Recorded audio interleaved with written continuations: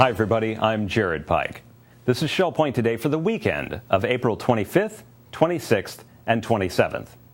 On today's show, Sherry Brown discusses the ongoing need for dining companions in the Larson Pavilion. But first, our Shell Point Marketplace is once again filling the island's administration courtyard with vendors selling fresh produce, flowers, and more. But on Friday, we have special guests coming from DirecTV. If you want television services above and beyond our free cable package, you have other options you can pay extra for, including DirecTV. They'll be here to explain all the pay-per-view, movies, and sports you can get utilizing a DirecTV satellite dish, which may already be on the roof of your building. Find out more at the Shell Point Marketplace, happening Friday morning from 8:30 to 11:30 a.m. in the administration courtyard on the island. And on Saturday, we have a registered dietitian coming to share her expertise. Linda Rakos helped to develop the menus for Shell Point's restaurants, especially in light of the Life Quest goals of many of our residents. So no matter what your diet goals may be, there is a Shell Point dining option for you. Learn more at the Life Quest group discussion, happening Saturday at 10 a.m. in the Grand Cypress Room at the Woodlands. All are welcome. Speaking of dining, there are people in the second floor of the Larson Pavilion who may not physically be able to feed themselves anymore, or may even forget that it's time to eat. That's why we created the Dining Companions program, where a volunteer sits alongside and encourages the resident to eat, and in some cases, physically does the feeding themselves. We learn more about this program from Sherry Brown. Hello, everyone. I'm here today with Sherry Brown, Director of Long-Term Care at Shell Point Retirement Community. We're talking about a special summer opportunity. Thanks for joining me, Sherry. Oh, it's always fun to see you, Terry. Hi. Hi. Now, I say this is a special summer opportunity. This is actually an opportunity we have year-round. Absolutely. And now when it is summer, I think about people who have such full, busy lives at Shell Point. And maybe things have slowed down for them in the summer and they could try something new. So I want to encourage them to look at Dining Companions. Great. It's always an opportunity to interact very closely with a resident, I think. We have a need now. I know it ebbs and flows, but now we have a need for even more Dining Companions. As residents change in their cognitive behaviors, the need for assistance with dining, as you just described, ebbs and flows. And sometimes there may be more than at other times who require that kind of assistance. And while the staff are always there to be able to assist with someone who needs that support while they're eating, having volunteers to also help support it are very important, and it builds relationships. I've had residents who assist with dining say to me, you know, I wouldn't miss this for anything. This is my job, and they take great pride in it, helping to support a friend or neighbor in being able to enjoy their meal. I just can't say strongly enough what a gift it is to be able to share a meal with someone like that. Absolutely.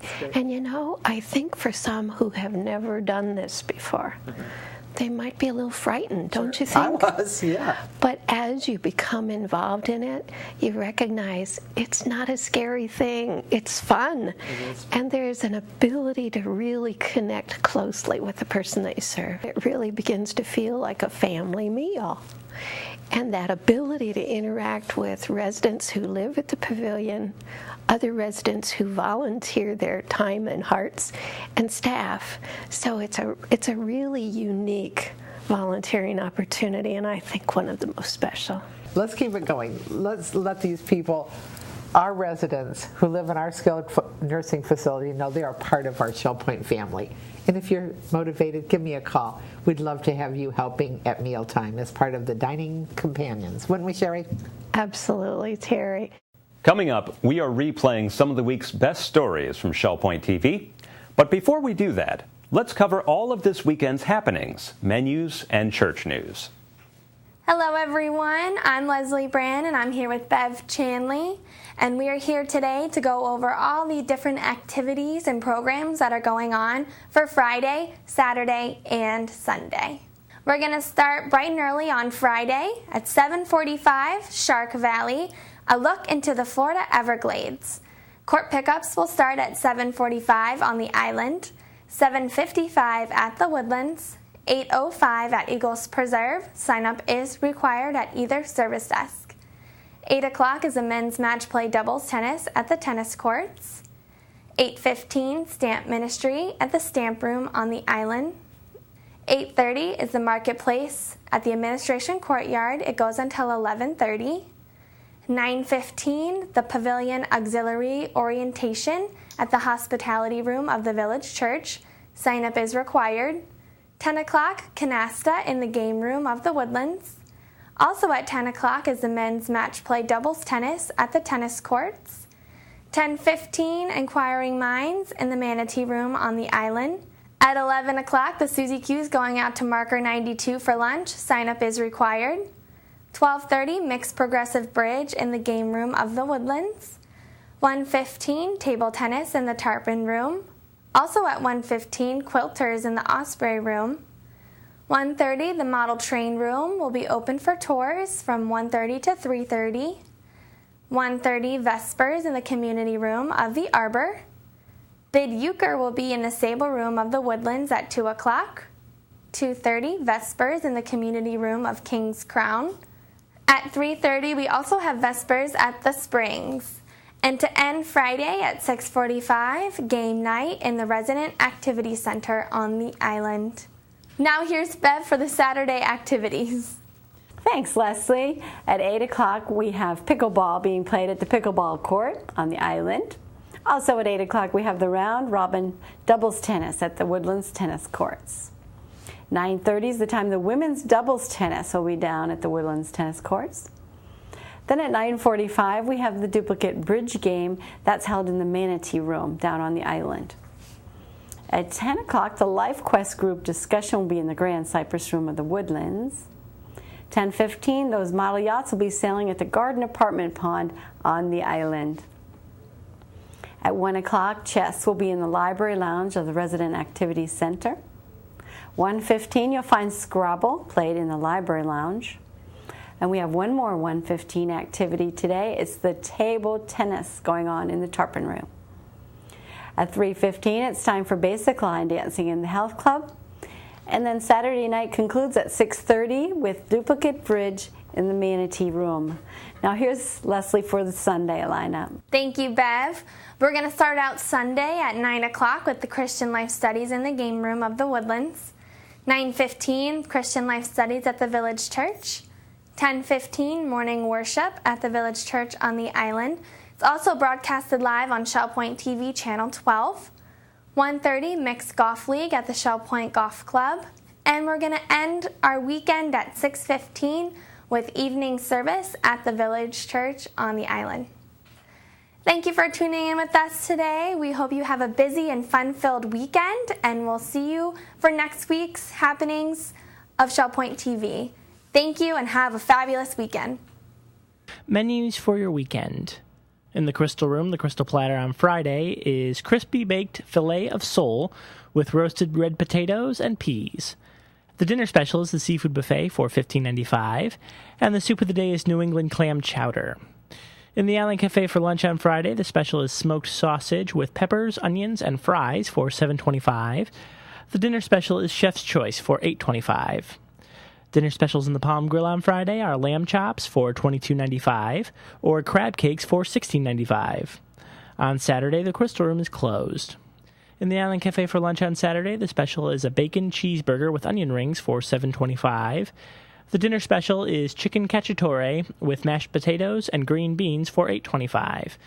Dinner specials in the Palm Grill on Saturday are prime rib for $19.95 or stuffed shrimp for $17.95. On Sunday, the Crystal Room features its Sunday brunch for $17.50. In the Island Cafe for lunch on Sunday, the special is a chicken tender wrap with fresh fruit for $7.25. The dinner special is Chef's Choice for $8.25. And the Palm Grill is closed on Sundays. Menus are available 24 hours a day at www.shellpoint.net. Hi, Randy Woods, and I'm here with Pastor Andy today as we look forward to the weekend and sharing together on this last Sunday of the month, but also a continuation of this great celebration of spring that we have enjoyed right after Easter, and continuing this weekend with the morning worship service and the Centurymen. That's right, the Centurymen. Tell me about those guys. Well, it's a 70-voice men's chorus, auditioned men's chorus, I should say. The choir consists of music pastors, college professors, teachers, laymen of the churches that gather from all over the country to form this group each year. Wow. And it's going to be exciting. They'll lead in the hymn singing, share special music, and be part of the whole service on Sunday morning as you'll be preaching. And you're continuing now here at the end of the month, not with Hebrews, but another topic. Well, that's right. We're in a little bit of a between stage where we have the afterglow of Easter, which of course is the highlight of every church's year, I believe, the resurrection of Christ. And at the same time, we're looking ahead the following week to the transition that will be taking place because of the renovation of our sanctuary. And that involves some adaptations and adjustments by the people of God. And so I'll be bringing a message on what kind of people are responsive to the Spirit of God during a time of transition. Well, it's certainly appropriate for us to look at that topic and be encouraged. And then in the evening, you're going to as well share with us a time of prayer as we consider this transition of the renovation. That's right. We don't do this very often, but I think it's important to do it with some degree of frequency here at the Village Church, and that is to have a concert of prayer.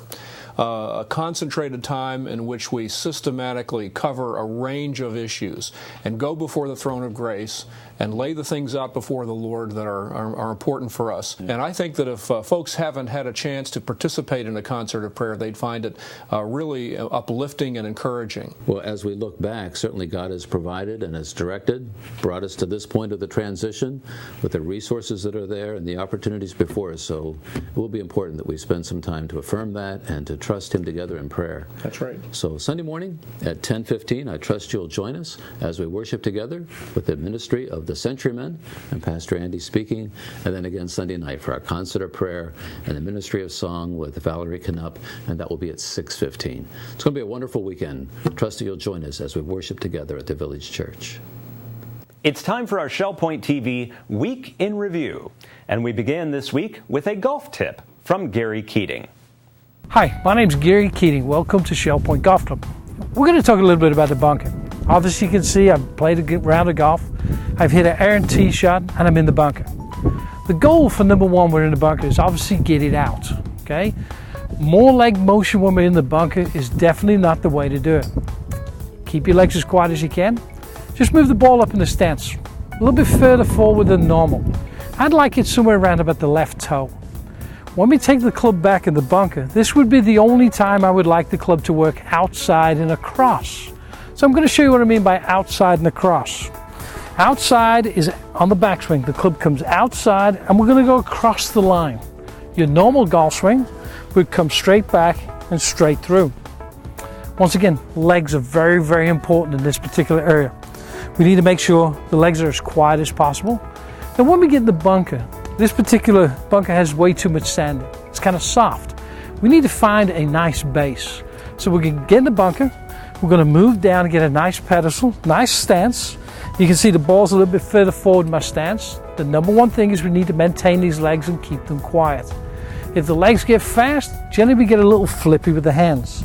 If we flip with the hands, the leading edge comes into play, and unfortunately we hit it a lot further than what we need. So I'm going to try a nice smooth backswing, making sure we hit the sand and see what happens. Outside and across. Okay, are you ready?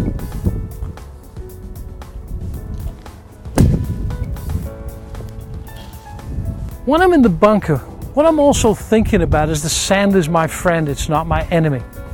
I'm actually thinking about not actually hitting the ball, is hitting the sand and allow the sand to maneuver the golf ball out. So I'll always take practice shots, basically, and this is a practice bunker, we're permitted to do that. So we're going to do a practice shot right here, and I'm going to try and get some sand on the putting surface. Let's see how that practice shot goes. And as you can see, the sand is now on the putting surface. If I try to hit this golf ball and we didn't hit the sand, Once again, we'd hit it with the leading edge, ball would go too far. So once again, when you get in this bunker, minimize the motion of your legs, kind of get a nice pedestal to where we're balanced, and I'd love the weight to be 50-50 on both feet. Take the club outside, hit the sand, let the sand maneuver the golf ball, and you shouldn't have any problems. Please contact me at shellpointgolf.com, and the phone number is 239-433-9790.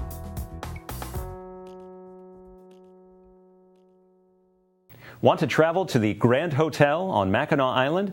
It's not too late to sign up for this trip, offered by Isings Travel.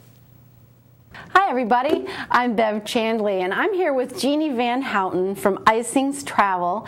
Jeannie she does the magic with our travel program here at Shell Point. We work together, we've been working together for 5 years, and we're here to talk a little bit about a trip we have coming up this summer in July to Mackinac Island in the Upper Peninsula of Michigan.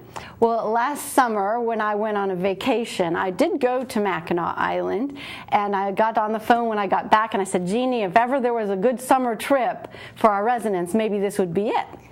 And so her idea was, well, perfect. We're going to go to Mackinac Island, beautiful island, set between the upper and the lower peninsula of Michigan, some of the most beautiful area that there is in Michigan.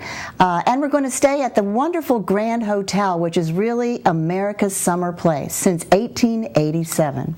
Wow, that sounds nice already, but do we fly right into, we can't fly to the island, can we? We can't. We're going to fly as close as we can get, which is Traverse City. Again, a wonderful little place right on Lake Michigan.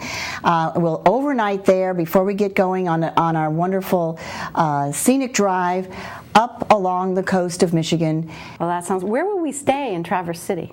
We're going to stay at the Grand Traverse Resort in Traverse City for an overnight, and then travel the following day through some of the most beautiful scenery in Michigan to the ferry landing that'll take us over to Mackinac Island. Now, one little town I remember visiting last summer that I fell in love with was Petoskey. Are we going to be going through Petoskey? Absolutely. We'll make a stop in Petoskey, very charming little town. What did you experience in Petoskey that you like so much? Well, first of all, the name of it was very curious to me because I have sort of a geology background, so I thought Petoskey stones. But I was fascinated with that little town. It's a very artsy little town and has the best gelato on the planet. Well, you know, when we get to Mackinac City, before we get our ferry, will we get a chance to see that Mackinac Bridge that everybody hears about? Oh, absolutely. Absolutely. Does it go to the island? No, there's no way to get to the island but by boat or by ferry. We'll take that over to the island. And when we get to Mackinac Island, there's no motor vehicles, only horse-drawn carriages. That's what I really loved. I loved the sound of the horse hooves, clip-clop, clip-clop. No traffic, no smell of vehicles, no horns. It was wonderful, just foot traffic and horses. It's definitely a step back in time, and then to have the wonderful opportunity to spend 3 nights at the Grand Hotel, a magnificent hotel built in 1887, and they're still keeping the old world charm about it, and the classiness about it, the elegant classiness about it. Well, when we were there last summer and we went to the Grand Hotel, that we were treated so nicely, and they took us to the lunch area where we had a buffet lunch that was unbelievable. And so we're not going to go hungry at the Grand Hotel. No, the food is outstanding, and we will include all the breakfasts and all the dinners. And then, of course, after dinner in the evening, you have the Grand Hotel Orchestra that plays every evening. Just a really wonderful end to each day. And we have some tours during the daytime. The horse-drawn carriages will be coming regularly up to the hotel and take the residents where they want to be, or they can go on an organized tour. Is that right? That's right. We're going to include a horse-drawn carriage tour of the island itself. We're also going to have a cruise, a lighthouse cruise on the island, so that'll be something extra special. We'll go to a special art museum that they have there called the Richard and Jane Minogian Art Museum. And then we're going to have extra special items at the hotel itself. We'll have a private history lecture just for our group. We'll have a behind-the-scenes tour of the Grand Hotel. And then, of course, there's all that wonderful time just to relax on the longest covered porch in the world. The big porch, I remember quite well. It was lovely. I could have sat there for hours. Well, I think what's unique about the Grand Hotel experience is the experience itself, the classic experience, the elegant experience, and the really wonderful step back into time that you just don't find these days. It's hard to find, that's for sure. I'm so glad that we've had this opportunity to put this trip together. We already have a lot of people signing up. The trip will fill up very quickly, so we encourage you to make your reservations as early as possible because it's sort of a once-in-a-lifetime kind of opportunity to go with Shell Point. Well, I agree, and I think it's going to be a great trip, and we hope you'll think about signing up. We already have couples celebrating their 65th anniversary sign up. We have quite a few signed up already, so do join us, and we're happy you joined us here today. Thank you on behalf of myself and Jeannie Van Houten. Shell Point residents are currently raising money to buy school supplies for the children and grandchildren of Shell Point employees. Hi Shell Point, and welcome to the Volunteer Corner. I'm Melody Desolé here with two very special guests. I have my very own son Bradley Morrison Desolé and Dorothy Erickson from Nautilus. We're here today to talk about the School Supply Fund Drive, and it's coming up soon and we want you to be a part of it. Dorothy, can you tell me a little bit about the School Supply Fund Drive and what its purpose is? Okay, each year the schools locally give lists to the children of supplies that their parents are supposed to furnish for each school year. And it's quite overwhelming if you look through these lists. It can run $40 to $60 for one child. And so a few years back, some Shell Point residents decided this is a way we could help our employees.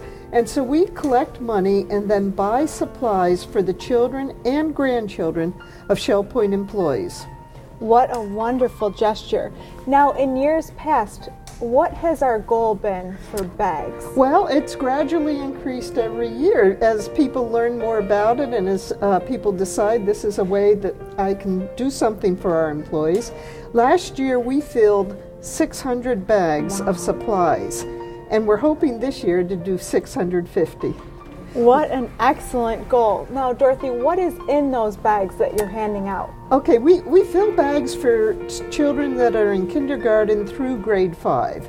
And so it includes things like crayons, pencils, scissors, notebooks, paste, glue, anything that you think they might need in school, or the teachers think they might need.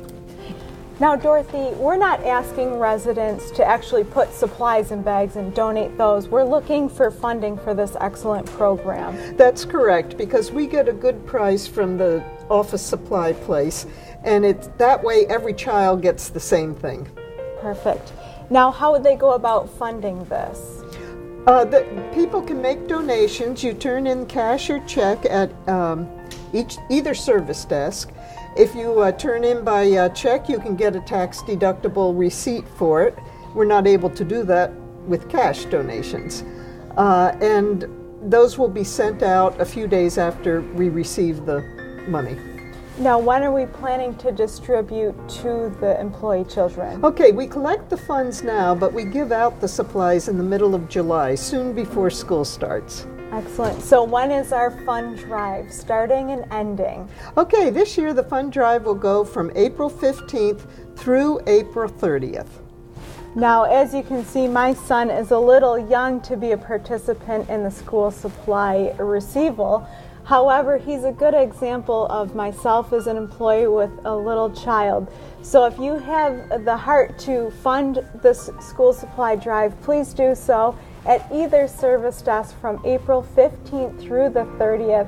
On behalf of all the employees and their children, we greatly appreciate whatever you can do to help out this great cause. Thank you, Dorothy, for being here today, and thank you for all that you do in your volunteering efforts. You're very welcome.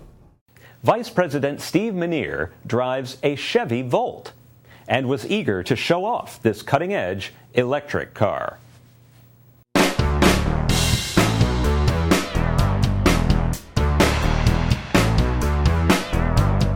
Well, hi there, I'm Steve Menier. I'm Vice President of Healthcare Services here at Shell Point. Been here a little close to 10 years now, so most of the folks who know me and my family all tell me that I am essentially Gadget Boy, which is kind of my nickname. And along with being, Gadget Guy, I'm also pretty much of an early adopter.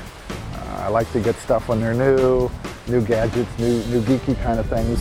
So this is my big gadget that I recently got in November of 2013, and this is a 2014 Chevrolet Volt, which is essentially an electric plug-in car. And here's my plug-in slot. So I take a cord at night and during the day and plug it right into a normal 120 electrical outlet, and with a full charge I can drive about 45 miles. An electric battery runs down the center of the car underneath, so I have 2 seats in the front and 2 seats in the back, which allows space then for the battery to be located. This is one of the first electric cars that came out made in the United States. There are a couple others. There's a Nissan Leaf now that was made overseas. It's available. But this car was the first one in the United States before the Tesla. Along with the electric portion of the car, there is an engine. But what's interesting is that the engine doesn't drive the car. The engine simply recharges the battery, so that when my battery is depleted, the engine will run, provides juice to the battery, and the battery then actually drives the wheels. So I don't have what would be a normal transmission of the car. It's essentially an electric transmission. The nice thing about this is that along with just the electric side of it, where I can go the 45 miles, the engine, when it's full with gas, will take me about another 350 miles. So it reduces what many Leaf owners, the Nissan Leaf, as well as the Tesla, it reduces what they have. It's called range anxiety, where, oh my gosh, I can only go, 55 miles or 75 miles, and then I have to find an electrical outlet or a special outlet to charge it up. I don't have that issue. If I do run out of electric power, then it kicks over into the gasoline mode to recharge the battery for me, and I can go a total of about 380 miles on a full tank of gas and a full charge up. So I don't have that issue. Very nice. The car, as I said, gets about 45 miles a gallon. The fun are 45 miles to a charge. If I drive it on gas, where the gas is charging the battery, it gets about 38 miles to the gallon. The fun part of the car has been that I've taken 3 longer trips since I got it. Other than those longer trips out of town, I've only actually used 7/10 of a gallon of gas since the middle of November for all of my other driving. So it gets great mileage or great kilowattage, however you want to look at it. The cost to charge it is about $1.50 per day. If it's completely gone and I recharge it all up, it's about $1.50, so it's not much. I figured it out. If I look at my Prius, which I have an older Prius, if I look at the cost to fill it and drive it, it's about a third the cost of driving the Prius, which gets 43 miles per gallon. So it saved me a lot of money. It's a fun car. I've done a couple different things with it to kind of fix it up. You have tinted windows so that you can keep the cost of heating and cooling it down, primarily cooling it in Florida. It is very aerodynamic. It has some special air dams in the front which increase the aerodynamic process of airflow over it. It's a lighter car. It doesn't have a spare tire. I get a nice can of Freon goop that if I get a flat tire, it will blow the tire back up and hope that I can get to the nearest gas station. It also has the sound system for it is a Bose sound system, but what they did was they made the speakers with titanium so that they're much lighter speakers. It's interesting, when it rains, I will see my number of miles that I can drive on a charge go down a little bit. And if it gets very cold, you'll see the number of miles that you can drive go down. But as I said earlier, I get 43 to 45 miles on a full charge, so works real well.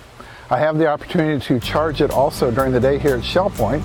Scott Moore and I worked out what we thought would be the cost of my charging it based on how far I drive each day. So I've paid Shell Point to use some of that electricity to keep it charged so I can go back and forth and work it out that way. I did something special which I'd never done before. I got a vanity plate, and I spent a lot of time trying to figure out what to put on the vanity plate. So what I ended up putting was I plug in. And of course you have to put it in shorthand, but most everybody has figured it out when they see it. So the other indulgence that I made was to get the stainless steel wheels, which I absolutely love. The car also has the opportunity to be started and cooled or locked remotely. So if I were in a situation where the car were sitting out in the sun and plugged in somewhere, I could actually start it remotely on my iPad app. It would only use the electricity from the outlet then to cool the car off, so that when I got in I still would have a full charge and be able to drive it the 43 to 45 miles. It has a couple different modes of driving. I have a normal mode, then I have a sport mode, which gives it a lot more pickup, uses a little more electricity, but it gives a lot more pickup. Then there also is a mountain mode, and what that does is when you're driving it, it regenerates electricity back to the battery a little more quickly. It uses the engine off and on to regenerate some electricity so that when you get into the mountains, you're sure you have enough power to go up hills and down hills. Very sporty little car, very efficient, very quick. When I put it in sport mode, it'll get up and go. I don't have any problem with that. There are a number of things on the dash. It has a 7-inch navigation type system that's available for me with a GPS in it, as well as it will link through your iPad, and you can download music from your iPad via Bluetooth. You can also connect to the internet through your iPad and use Siri, which is one of the controllers for using the iPad. You can download music information from Grace Note while you're driving. I can use Pandora while I'm driving. It is, as I said earlier, it's a rolling laptop. I think the salesman was dead on right when he called it that. So it's been a lot of fun. I have absolutely loved it. People oftentimes stop me and want to know about it, and I get the chance to kind of tell them how much fun it really is to drive and how much fun it is to have and how economical it is. Based on the fact of right after I got it, at least 2 of my friends here went out the next weekend to Chevrolet dealerships and looked at them. Many of you all may be driving Volts or something very much like it. Cadillac now has an electric car. Very much the wave of the future. We took a look back at the 6-month-long construction process, which brought about the new LifeQuest Aquatic Center. Hi everybody, it's Jared Pike here with Shell Point TV. With me is Bob Southern, the Director of Project Development. And today, we're going to look at footage that we've shot of the Aquatic Center, the LifeQuest Aquatic Center, as it's being built. We're going to start with the very first step after the old island pool closed. So you had to tear out all of this vegetation.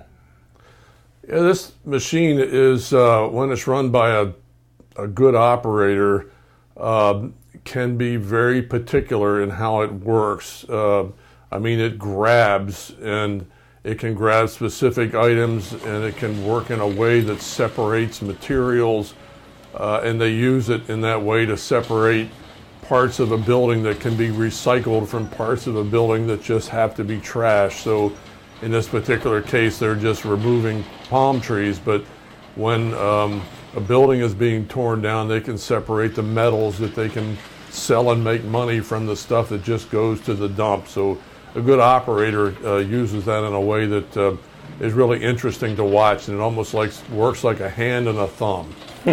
Talk about why digging out of that soil was such an important part of the process. Well, back in the early days of the construction of Shell Point, and back in those days in the mid-1960s, vegetation that was on a site was often just knocked over, perhaps sometimes burned, but was not removed. And fill was brought in and just placed on top of it. Well, that vegetation over time turned into a substance similar to peat moss, and it was very compressible. So you had a substance under there that was often several feet thick that was like a sponge that you could mash down. So it created a situation where buildings would mash that loamy substance down and settle. And that is not a good thing for buildings, which creates settling floors, cracking walls, and other problems that we have seen in a number of the earlier buildings that were constructed at Shell Point. It's often referred to as muck. and it smells like muck when you dig it up. You know you're digging it up because it smells bad. That's a technical term. That's a very technical construction term, but you dig down to it and you remove it, and you dig down to the point where you get down to good, clean soil underneath of it, and you haul it off, and you bring good, clean, compactable fill back in, and you compact it as you fill the hole where it came out of, and you build it up to the level that you're going to build on. Now, that's not bad soil. It's a good topsoil. And we do use that in perimeters of projects and in places as a topsoil. So we didn't just waste it. But it's not a good foundation. It's not a good foundation. It's not compactable. We went down and got it out of there. Well, let's orient people. Right now, we're looking from the second floor of the guest house. This is where our camera was located. And it took a picture every 30 seconds for 6 months. So we documented the entire construction process.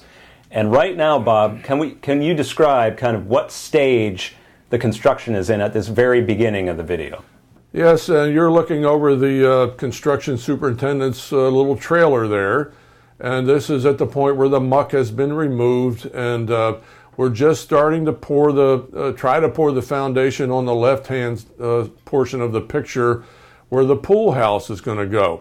And this was back in the summer, and it was raining a lot back then, you may remember, and we were trying to prepare for the concrete pour, and I think the guys actually did it like 4 or 5 times, because every time they get the site ready for concrete, we get a heavy rain and wash out all the soil that was there ready for concrete. So it took a better part of a week on what should have been a day's worth of work to get that ready for concrete. And that was one of the reasons that the job was later to finish in the other end, because of those heavy rains we had during last summer. Is the rainy season anyway, yes. But this was particularly bad. Especially heavy rain time. Yeah. Now, so they're preparing the building on the left. No, the building on the right, what is that? The building on the right is combination storage for chairs and tables and whatnot on one side, and pool equipment, chemicals, pumps, filters, that kind of equipment out there. So they poured the concrete, they poured the footers, and I see they've got blocks there. Tell me what these guys are doing. These are the block masons, the guys with the really big arms.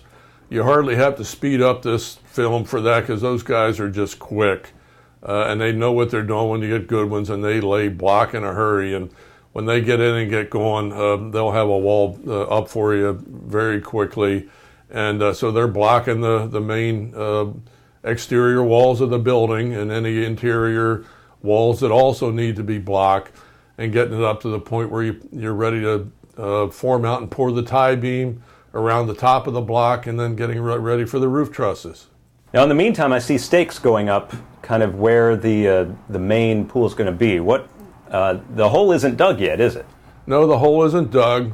They start to lay out the site and determine where the pool is going to go, what the shape is going to be, and where a lot of the underground piping needs to go. There is a network of pipes that bring water in, take water out, move it from the scuppers and the main drains at the bottom of the pool.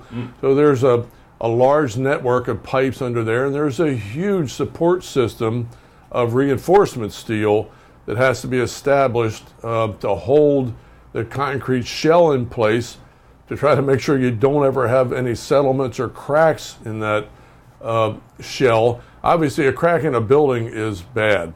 A crack in a pool is real bad. So the steel and then the reinforcement steel, how and where it's placed, is critical. And they had to do this process for several different pools. It wasn't just one pool.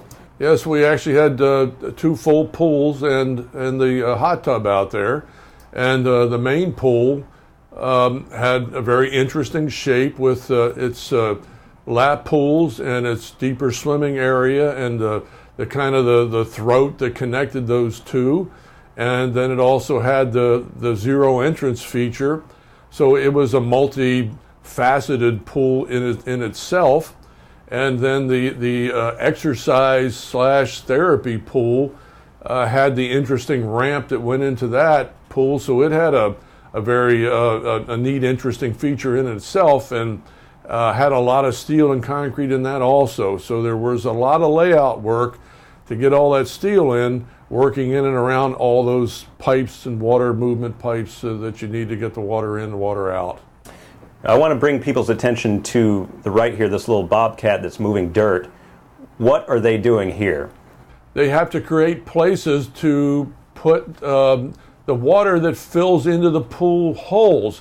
The groundwater is very close to the surface here in the island at Shell Point. You can practically take a soup spoon and dig down a few inches and get water.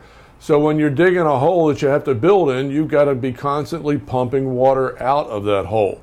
So in order to do that on this site, we created a retention pond, and from the pool hole sites, we were pumping the water from the pool into these retention ponds that were temporary in nature. We couldn't get a permit to just dump this water out into a storm drain and out into the canals, so we had to keep it on site. So you're managing both dirt and water. Dirt and water, that's correct. Now let's talk about what's happening here. They're digging the hole for the hot tub.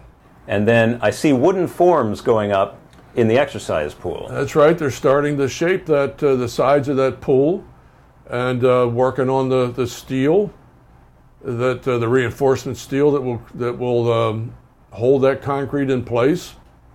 Okay, and now I see them really going to town on the main pool, digging out the hole. Yes, and they're still pumping water into those retention areas.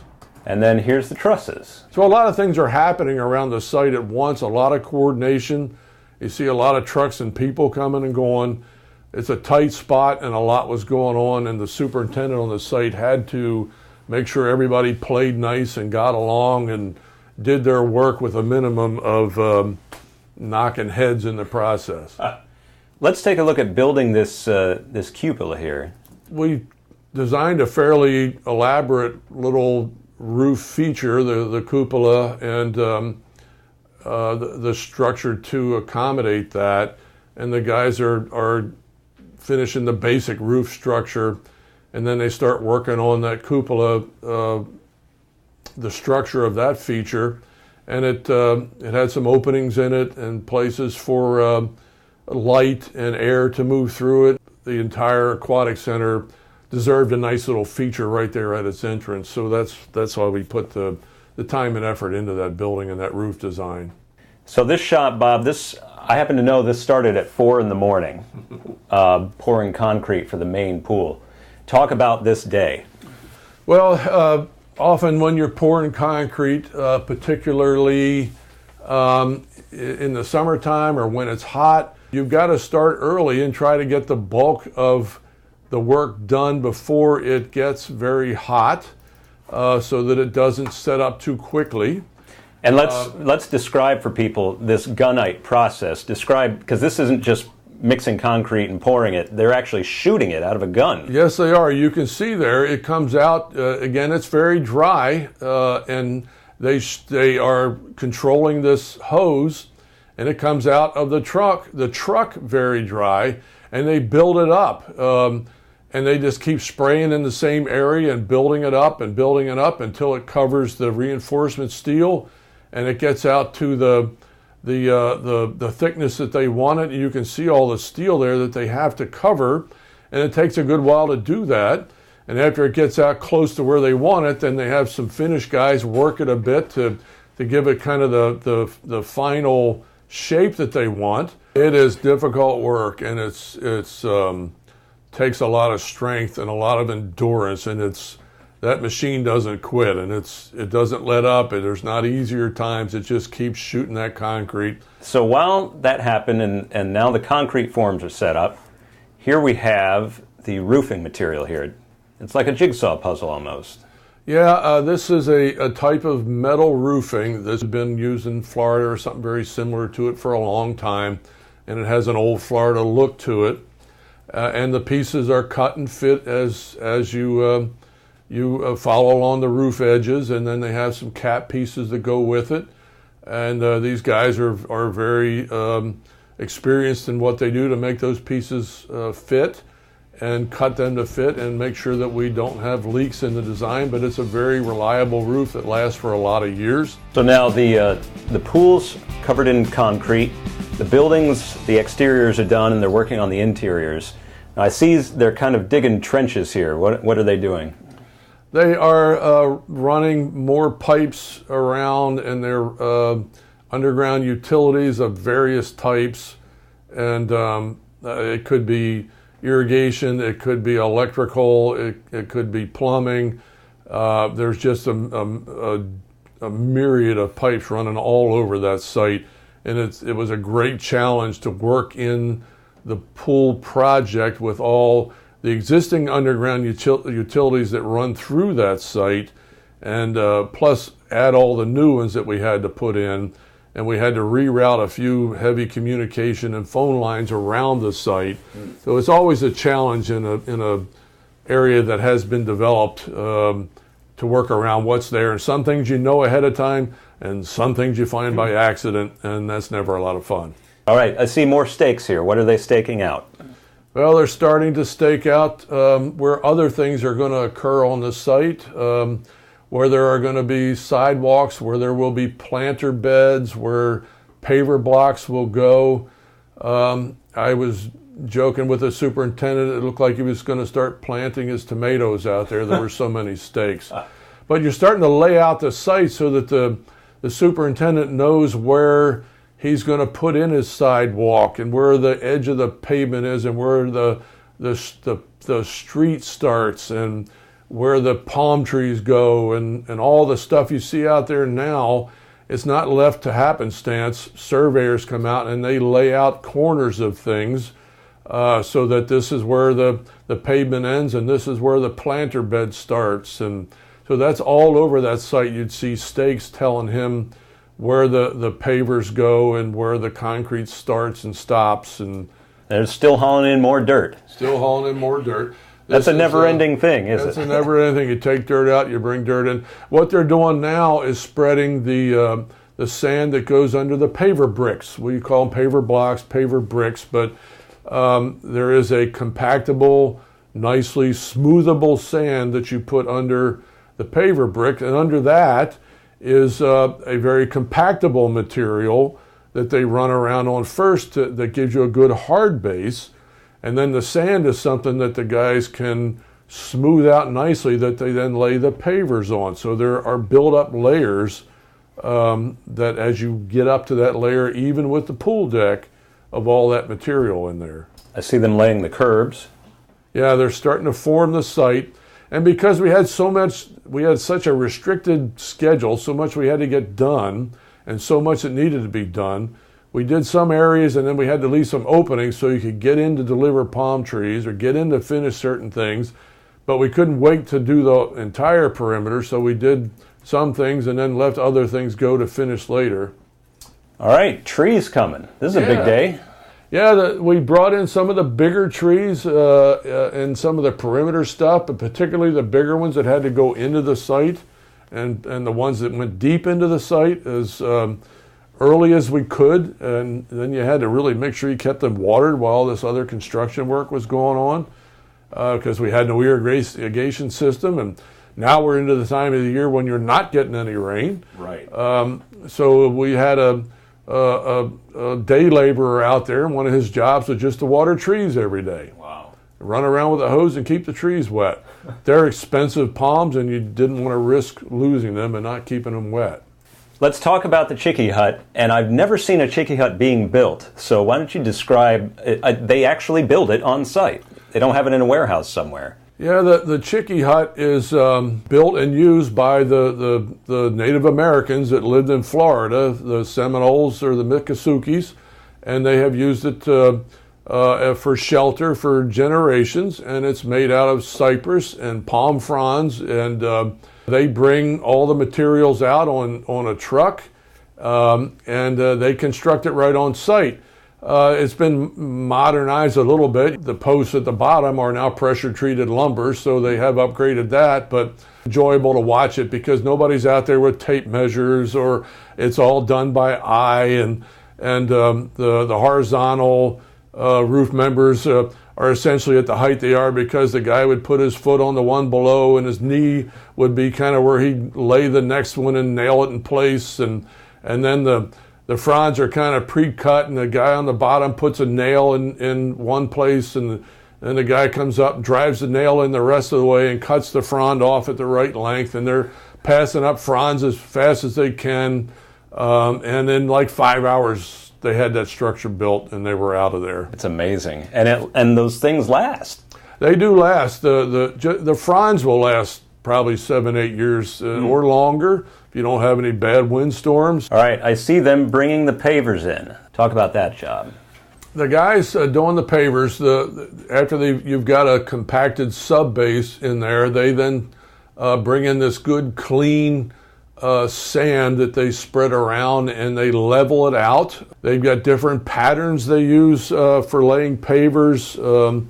This particular pattern out there for the most part is called a random T. And if you look through most of it, you'll see a T shape that shows up periodically, and it's random, which is why they call it random T.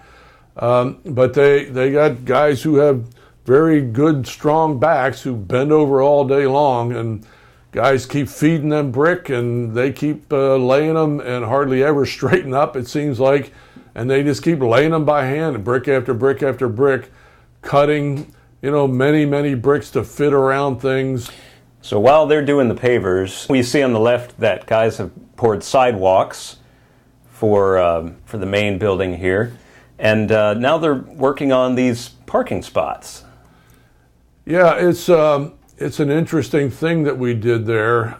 We have to, for a lot of years, you've had to contain the water that runs off of your project during a storm on your project site. You can't just let your storm water run out into surrounding water bodies or somebody else's property the way it had done for many decades. And in this particular case, or in many cases, it's done in a stormwater retention pond. But there really wasn't a great place for a retention pond in this area.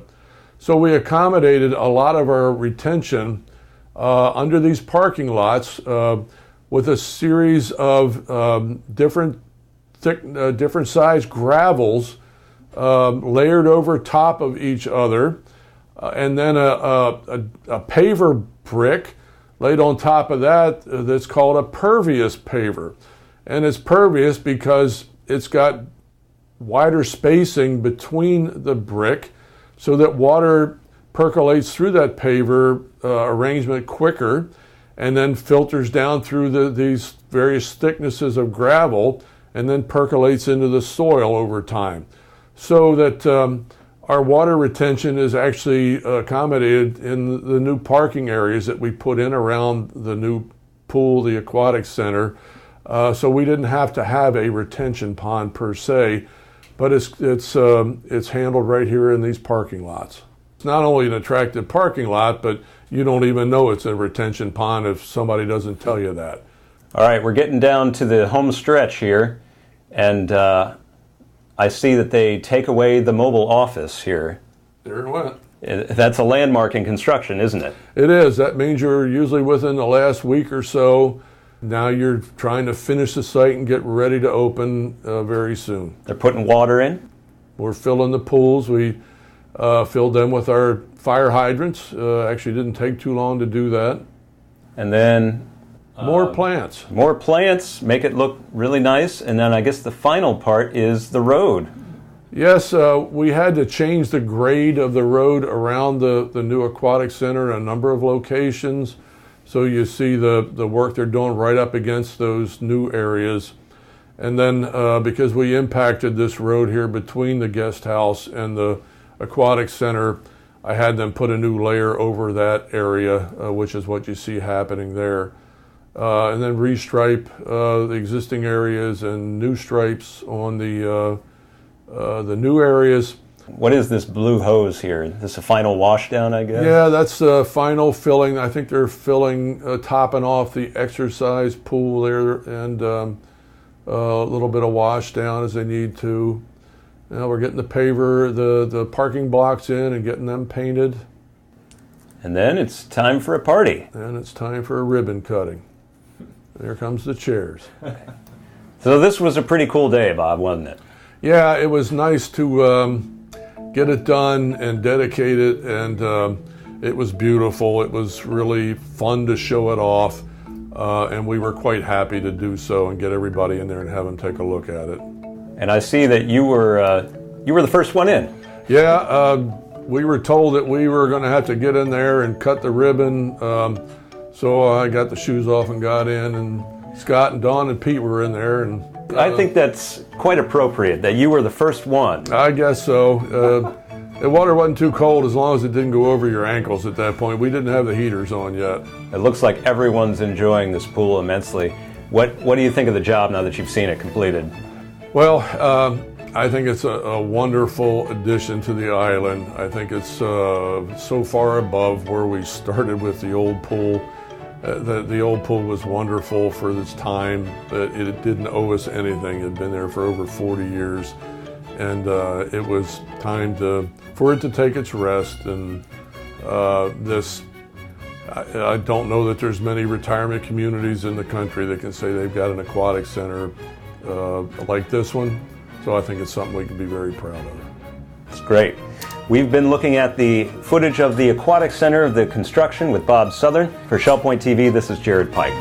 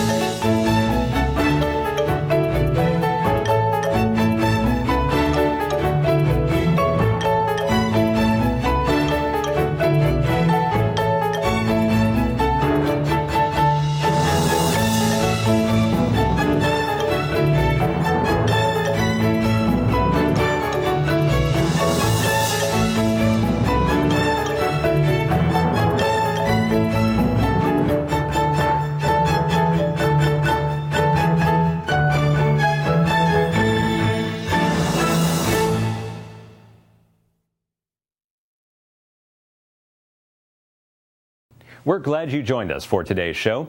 Tune in next week for more stories and news from around your community.